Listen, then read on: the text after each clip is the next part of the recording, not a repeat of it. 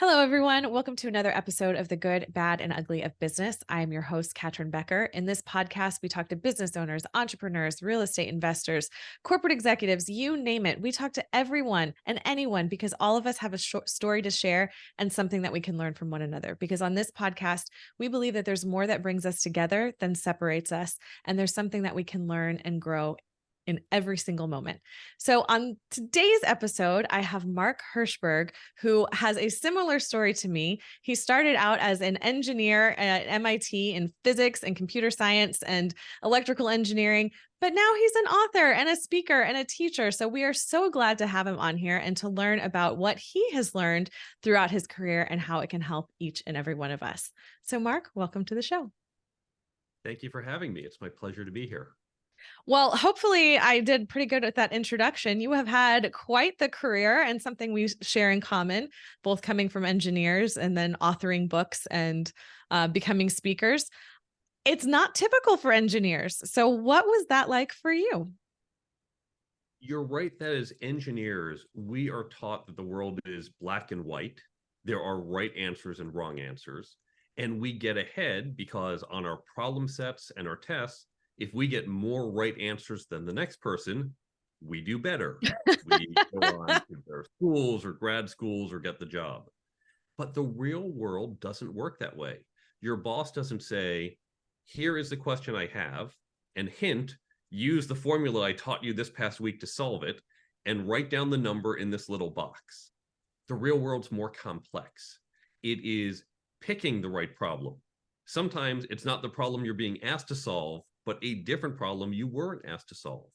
It's not only getting the answer, but it's convincing other people of the answer. Your professors, you said, here's the number. They go, yep, I see the math.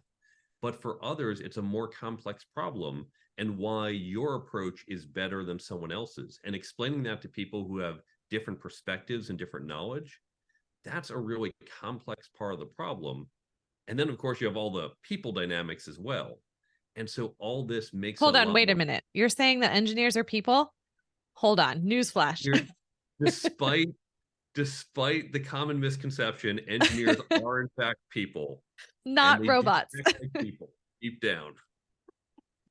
So yeah, Well, we were not trained for this. no, absolutely not. And for me, I think that, you know, I became an engineer just because I was pretty good at math, but I really love problem solving. I love to be able to use logic and see things in a different way. And I think that's one of the things that brought me into engineering. What was kind of the driver for you that made engineering the choice for college and beyond? I was a classic 80s nerd. Chess, Star Trek, math, engineering and science were just natural fits. In fact, I knew from the age of 9 that I wanted to go into physics. So that was a natural fit, but that's also what got me out of engineering. Because what I found, now I didn't go into physics per se for various reasons having to do with what was happening in the fields. I went to computer science. It was the 90s. And so leaving as a software engineer, that was good time and place. Yeah, But what I realized was that I was solving a very limited set of problems. I think of it like Legos, something we both grew up playing with.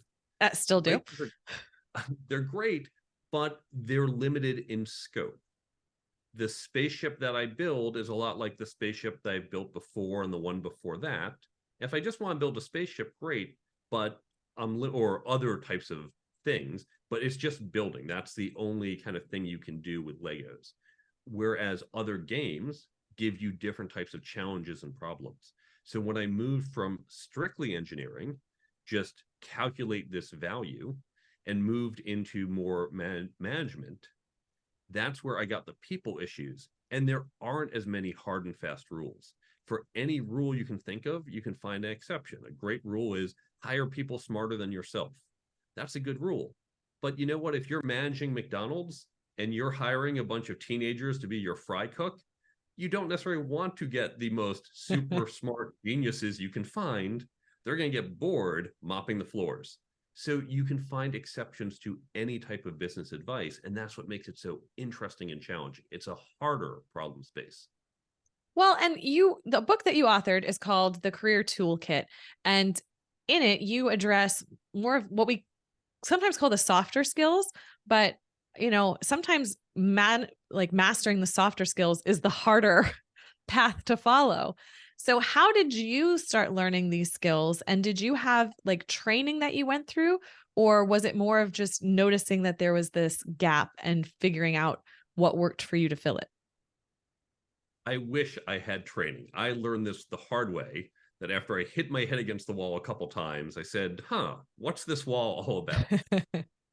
I recognized I had shortcomings and so invest in myself. Now, we didn't have great podcasts like this one or books like yours and mine back then. So I really had to figure things out kind of on my own. And as I was upskilling myself, I realized these skills don't just apply to leaders and C-suite executives, they apply to everyone. So I began to upskill my team. Now, as I was doing so, MIT had gotten feedback from companies saying, these are the skills we want to see: leadership, networking, negotiating, team building, communication, skills we've all heard about. They said, we can't find these skills, not just in engineers, not just in college students, but in general, we can't find people with these skills. So MIT put together a program. It's colloquially referred to as MIT's Career Success Accelerator. And as they were doing this, I reached out. I said, look, I've developed some content for my team. I'm happy to give it to you. Thought it'd be one and done, but they asked me to help develop more content and then stay and teach, which I've now done for over 2 decades. And that inspired the book, whereas the class is targeted to our undergraduate students. I took the concepts and generalized it for a wider audience, not just engineers, not just undergrads. And that led to the book, The Career Toolkit. Okay. So you cover, I believe there's 10 different topics within your book that you go through. And obviously they're all important, but over the time that you've had this and the trainings that you've done, are there some that are the most important? Like if someone needs like to prioritize what they're going to master, what are the top 3 that they should focus on? I get this question a lot. And I'll first note the way the book is written, 10 skills, 10 chapters, you don't have to read it in order. You can jump straight to chapter 8, skipping chapters 1 through 7, if chapter 8 is where you want to focus. And this is the point, because there's not one road, one set of skills, whether one skill or a couple that are key. Maybe you're saying, I am so bad at networking, and I know I need to get better for more opportunities, or maybe I'm in sales, I need to develop my network for sales. Well, in that case, you can jump to chapter 8, networking. You might say, I don't know where to start. Start with chapter 1, creating a career plan. You might say, my interviewing isn't very strong. Go to chapter 3, interviewing. Or I want to become a better leader. Go to chapter 4. So it really depends on yourself and where you are and what you believe will be the right area to invest in. As you point out, you should invest in all of them, but some of them might have a better ROI for you in the short term. If you're not sure where to start with chapter 1, create a career plan. Because like any of our projects at work, if you don't have a goal and a path to get there, it's really hard to know that you're doing the right thing. And as silly as it sounds, sometimes people just need permission to go to the end of the book, right? It doesn't have to be linear. Like go to chapter 8 if you need to go to chapter 8.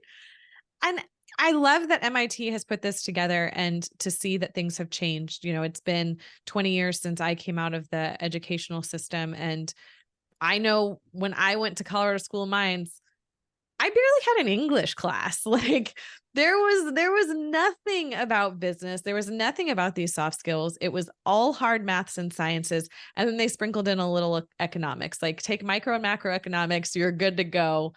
Good luck.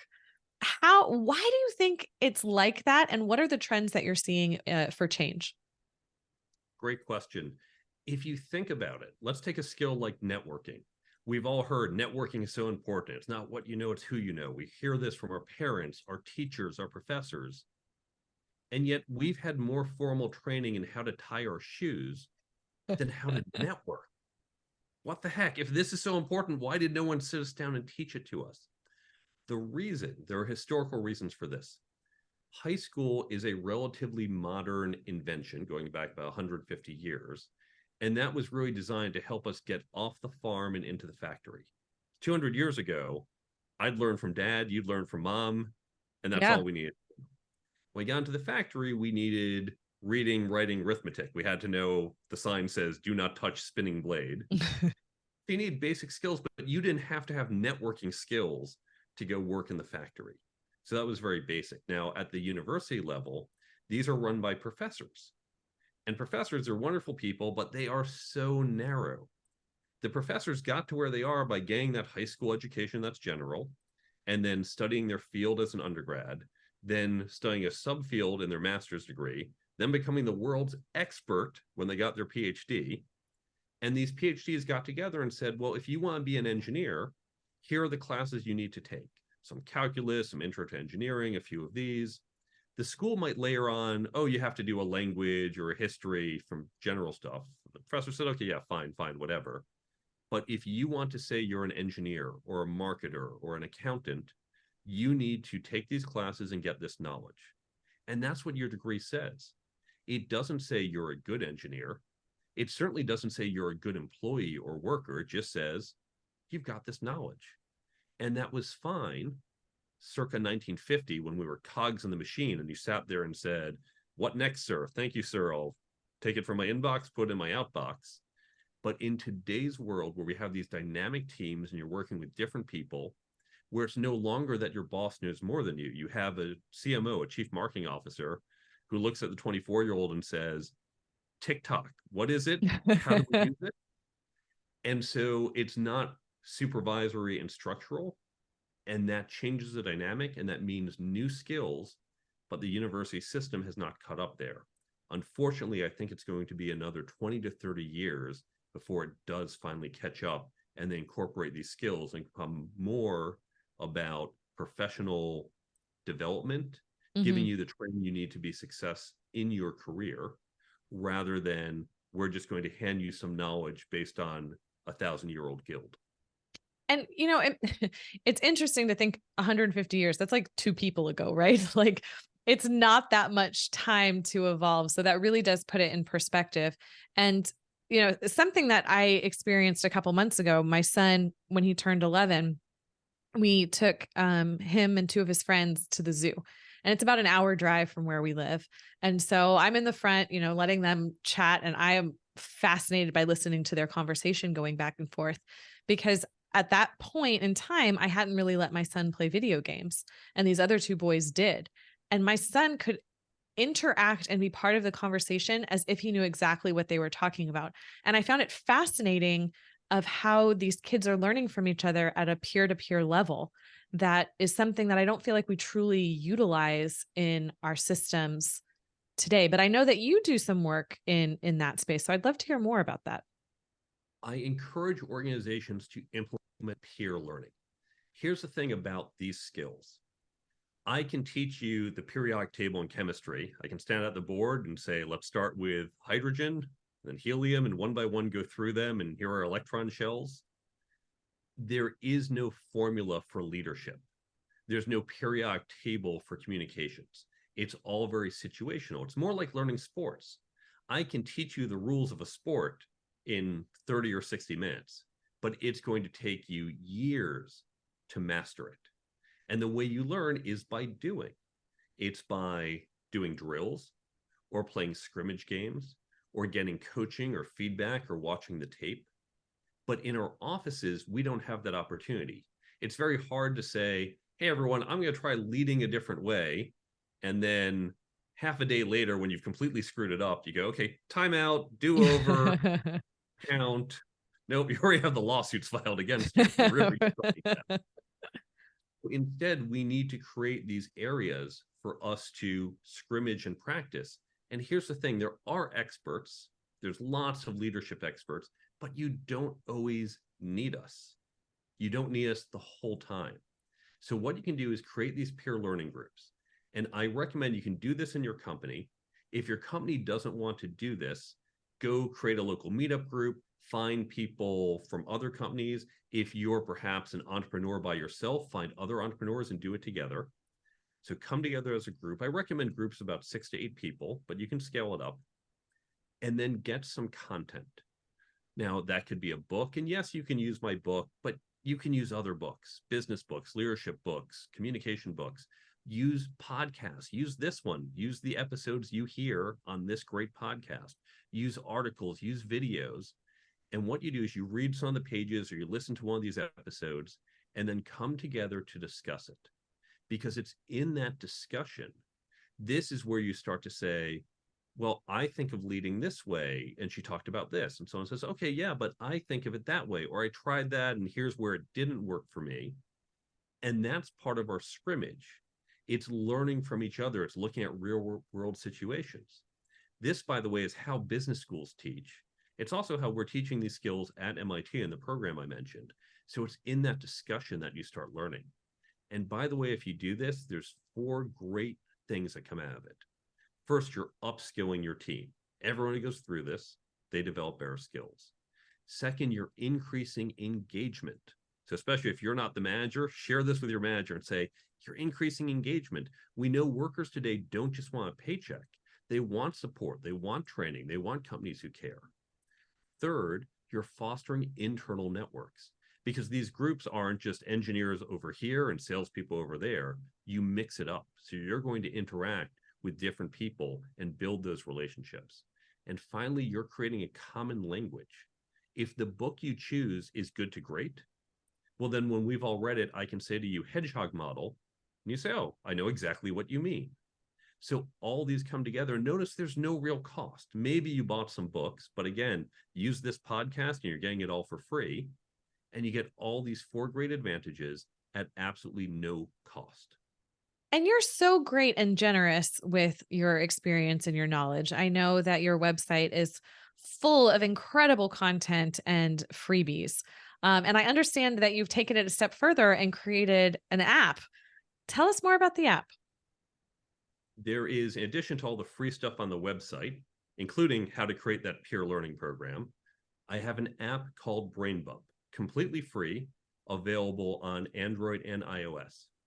Brain Bump, it recognizes that when we learn something from a book or in this podcast, we're probably going to forget it later on. In school, we studied because we had tests, but as adults, we don't have tests, so we don't study. We don't look at it again. And we go, that's great. You might be driving to work right now and thinking, no, this is interesting. And then you walk in the door, you get hit with some meetings, and you've forgotten this within hours, certainly within days. Brain Bump helps you retain what you read and hear from books, webinars, podcasts, blogs. We take the key ideas from that content, we put into the app. So imagine a flashcard app crossed with a daily affirmation app. So all the key ideas, what you might highlight in a book or the quotes that get pulled out of a podcast, they go into the app as tip cards. They are all tagged by topic. And now this allows you to access them in one of 2 ways, all completely free. You can do a just-in-time access. So perhaps you read, let's say, my book, and you read those networking tips, but 2 months later, you're walking into a conference, and you're thinking, well, I don't want to carry Mark's book with me, and I can't remember what was in there. You pull up the app, you pick the networking tag, and there are all the networking tips right at your fingertips within seconds. So you can flip through them 2 minutes before you walk into the room, and now you have it all right there just as you need it. The other way to use it is, again, you listen to this podcast, say, wow, so much great advice, but I don't know when exactly I'm going to need this entrepreneurial advice or this leadership advice, but you want to remember it. So you can set up to think like a daily affirmation where you don't even have to open the app. Because let's face it, we're busy. Who has time to open an app every day? It just gives you a little push at the time you requested. We never send you anything you didn't ask for. Just sends you a little pop-up that has the leadership tip or the management tip or whatever tip you asked for. You look at it, say, wow, that's great. Swipe it away. You're done. And by just taking those 2 seconds a day, you use spaced repetition to help retain it. They're all also hyperlinked, so you can click through to go to that podcast episode, go to the blog post to read further. If you're saying, I like this, I'm trying to remember the rest of it, click through, it's right there at your fingertips. So Brain Bump, it's all completely free. And now we're recording this in the summer of 2023. In September of 2023, we're releasing Brain Bump 2.0. If we don't yet have the book that you want, the podcast that you want, you can add your own tips directly to the app. You can use your Kindle highlights or enter just whatever you have, so you can use it for your content as well as all the free content that we give you. Oh my gosh, that is amazing because I was literally just thinking, what about like in Kindle when I highlight something? And then you mentioned, so that is wonderful. Do you have a process for getting feedback from users on updates, or is there a team developing this app? How does that work? I'm working with some developers and designers on it, but we very much welcome feedback. In fact, the 2.0 version we're putting out is based on user feedback we got from both the content creators, the authors and podcasters, but also the content consumers, the people who are using the app, saying, can it do this? We'd like to do that. And there's, even within the app, you can message us. You can also just message me directly. I love getting your feedback because this app is for you. So tell me what you need it to do, and we'll add that into Brain Bump. It's so great being able to utilize technology in such a positive way. I mean, it's a double-edged sword for sure of, thinking of how social media has changed so much of how people interact, and even just thinking about the advent of the smartphone and having our work emails at our fingers. Like I know, how much I was working skyrocketed once I got my first BlackBerry. It's 10 o'clock at night and I got this email and I felt compelled to respond to it. So I think it's such a delicate balance. And, you being in the technology space, and because you're also a fractional CTO, in addition to all of this amazing stuff, and of course, combined with your computer science background from MIT, what are some of the trends in technology that you're seeing? I mean, AI, of course, is all anybody can talk about. Do you have any insights into that, or any other things that are kind of on the horizon that might change and shape the way that we live and work? I'll mention two things. AI is a second. Brain Bump actually is, I believe, part of a new trend coming out. Our media has traditionally been push media, from I'm printing a book and putting it in bookshops, and there it is, it's broadcast out. Where you think about the teaching that's been, I'm going to stand at the board and broadcast to everyone at this time and place. The problem is, where you read information isn't where you need information. I Mm. gave the example before. You read the networking tips in my book sitting at home. You need the networking tips 2 months later at a conference, and there's a disconnect. Now, technology limited us in how we could distribute information, but thanks to new technology, smartphones being at the core of this, we can switch from this push mechanism to a pull mechanism, and suddenly we can start to pull what we need when we need it. And that's going to change how we interact with knowledge. We're going to see this in more sophisticated ways with things like augmented reality. I'm right here and I need to know this right now because of this particular space that I am in. Whether it's I run into you on the street, I'm thinking, oh, I'm trying to remember, where are you working and what are the names of your kids? I need that right then and there, and not 5 minutes before and not 2 days from now. And so that's context dependent information. So I think that's going to be a big trend over the next 10, 20 years. You mentioned AI as well. AI is very big. I actually think now, as you and I both know, AI has been around for decades. Most people are talking AI today mean LLMs, large language models. It is a breakthrough. My AI professors always said, oh, they always say 10 years from now, wait 10 more years. That's when it'll be. Well, finally we got there. But here's the thing. The biggest impact, it's not the technology itself. It's the societal impact in two ways. We know technology destroys jobs and creates jobs. And we've seen this over and over again. But we're going to see an unprecedented level of change.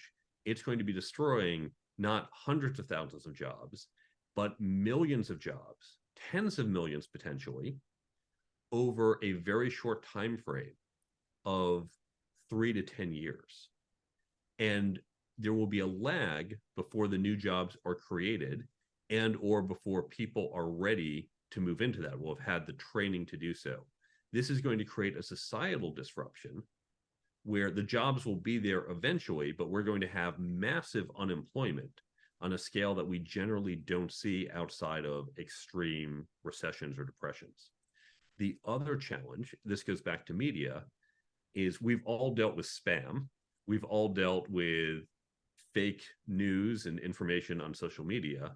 We're about to turn that up to 1,000. Sure. Because now, and I've worked in cybersecurity and I've worked on the dark web, I know the tools out there, but now we're going to crank that up because I can use these large language models and other tools to get so much more effective and just crank out so much more bad information and target information that we're going to really have to adjust our filters and just how we interact with content online to be a lot safer. I mean, I always think of it in terms of, I'm married, but I think like it would be awful to be single and dating online right now because you could not trust anything that you see. And it's just gonna, that's just a simple example of something that, everyone can relate to, but how that will trickle down to everything we do it's a little frightening. It's funny you say that. I am no longer single, but on my what was it, Tinder and Bumble, and on those dating apps, the way my profile began is I'm 6'1" or Tinder 6'3". Everyone on there lies in some way. So they said, okay, here's the truth, here's the lie. Oh, that's good. That's good. Well, let's lighten it up a little before we wrap this up. Is there anything else that we haven't talked about that you would like to share? I think we hit the big topics. That's about it. I'll just share where you can get all this free stuff. Yes, tell the people all the places. There are 2 websites to go to. First is for the book, thecareertoolkitbook.com. And on that website, yes, you can see where to buy the book, Amazon, other places. You can also read my blogs and other articles. I talk about AI, I talk about other topics. You can get in touch with me or follow me on social media. But then there's a number of free resources, all free. I don't even ask for your email. Please take it using good health. The first one on the resources page is how to create that peer learning program we talked about. There are questions if you're a candidate and you're interviewing. How do you ask questions about the company culture? How do you ask questions about management style? I have not only the questions, but even how to bring it up. I have other resources for how do you think about hiring someone if you're on the other side of the table. So lots of free resources, all of this at thecareertoolkitbook.com. And then we mentioned the free Brain Bump app. If you go to brainbumpapp.com, you can also search for Brain Bump in the stores. But if you go to brainbumpapp.com, you can follow links to the stores. There's a 90-second video showing how it works. There's a Q&A section if you're not sure how to use a feature. And remember that depending on when you hear this, the 2.0 version is coming out in the fall of 2023. So get the free Brain Bump app and use it to remember all the great things you learn from this podcast and all your other sources, so you always have it with you and you get better ROI on the time you spend learning. Well, I just love how generous you are with your information and knowledge, and thank you for your time and being here. There's a lot of great things for the listeners to digest. I suggest listening to this a couple of times. Definitely download the Brain Bump app. And I love that, even just the play on words. We're so used to saying brain dump, of getting everything out of our heads, but I love the double entendre of bringing it back in, that it's brain bump. We're bumping our brains up. So I love it. The nudge for your noggin. Oh, that's so good. All right, Mark. Well, thank you so much. I will have all of your contact information in the show notes for people. I hope they reach out to you. And for those listening, thank you so much for being here. If you enjoyed this, please like, share, and subscribe to this so that we can continue to bring you more amazing guests. If there's anything that you're curious about, any type of profession that you would like to see on there, please reach out to me. I would love to try to find those guests for you. Until next time, everyone.